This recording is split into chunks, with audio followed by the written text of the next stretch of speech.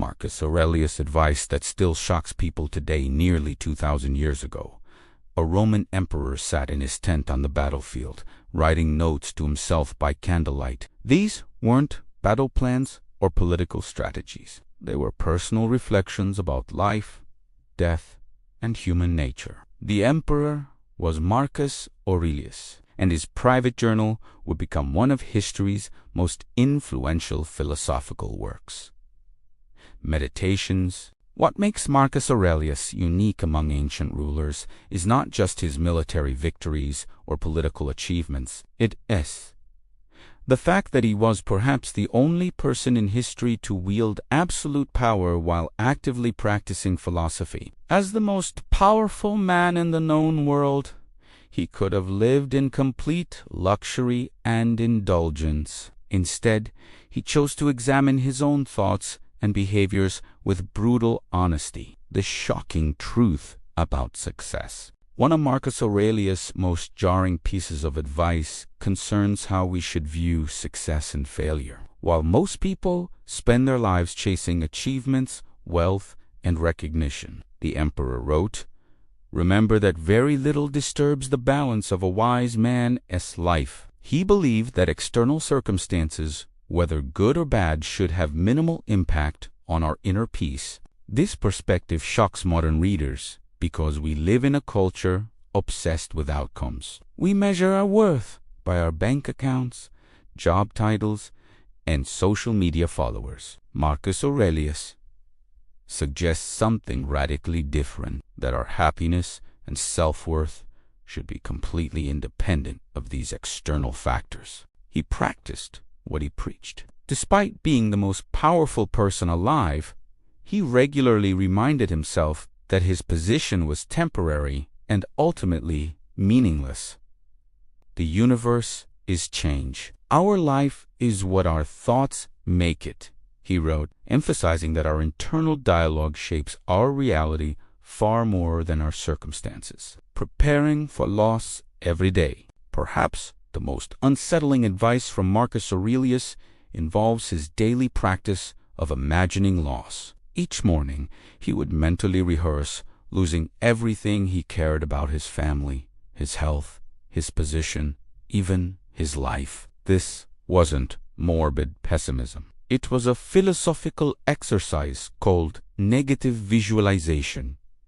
Modern psychology has validated this ancient practice. By mentally preparing for potential losses, we become more resilient when challenges actually occur. We also develop a deeper appreciation for what we currently have. When Marcus Aurelius imagined losing his loved ones, he returned to them with renewed gratitude and presence. "You could leave life right now," he wrote. "Let this determine your actions, speech, and thought."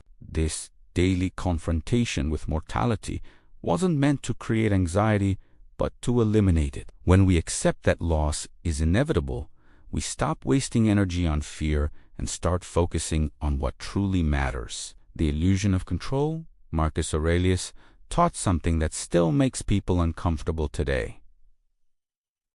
We control far less than we think we do. You have power over your mind, not outside events, he observed. Realize this, and you will find strength. This insight challenges our fundamental assumptions about life. We spend enormous amounts of energy trying to control other people, circumstances, and outcomes. Marcus Aurelius suggests this is not only impossible, but also a source of unnecessary suffering. Instead, he focused on what the Stoics called the sphere of choice: our thoughts, judgments, and responses to events. A traffic jam can't make us angry. Only our judgment about the traffic jam can do that.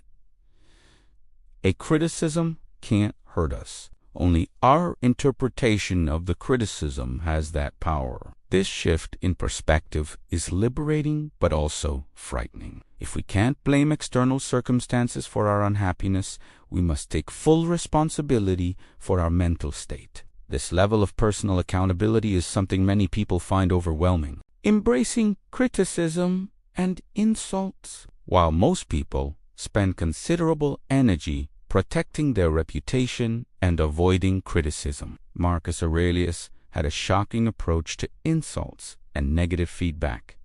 How much trouble he avoids who does not look to see what his neighbor says or does, he wrote. He believed that caring about other people's opinions was a waste of mental energy. More importantly, he saw criticism as an opportunity for growth. If someone points out a genuine flaw, we should be grateful for the insight. If their criticism is unfounded, it reveals more about them than about us. This attitude toward criticism extends to his views on enemies and difficult people. Rather than harboring resentment, Marcus Aurelius saw challenging individuals as teachers who helped him practice patience and understanding. The best revenge is not to be like your enemy, he noted. The practice of present moment awareness, long before mindfulness became a popular concept, Marcus Aurelius was practicing radical presence.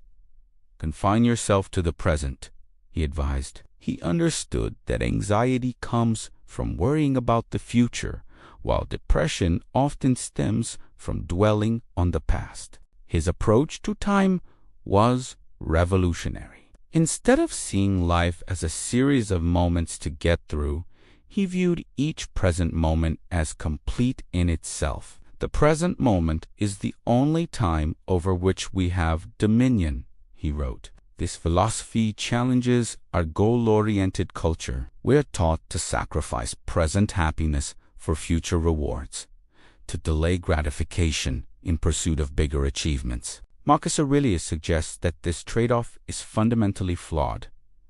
The present moment is all we truly have. Why this ancient wisdom still shocks Marcus Aurelius. Advice remains shocking because it contradicts many of our modern assumptions about success, happiness, and human nature. In an age of social media comparison and material pursuit, his emphasis on inner peace over external achievement feels almost revolutionary. His teachings suggest that we've been looking for fulfillment in all the wrong places. Instead of seeking validation from others, we should develop self-respect. Instead of trying to control outcomes, we should focus on our responses. Instead of avoiding discomfort, we should see challenges as opportunities for growth. Perhaps most shocking of all is his suggestion that we already have everything we need to be content. Very little is needed to make a happy life, he wrote. In a consumer culture that profits from our dissatisfaction, this message is genuinely radical. The emperor who could have had anything chose to find wealth in wisdom, power in self-control, and freedom in acceptance. His example continues to challenge us today, reminding us that true strength comes not from what we can acquire or control, but from how we choose to think and respond to life's inevitable challenges.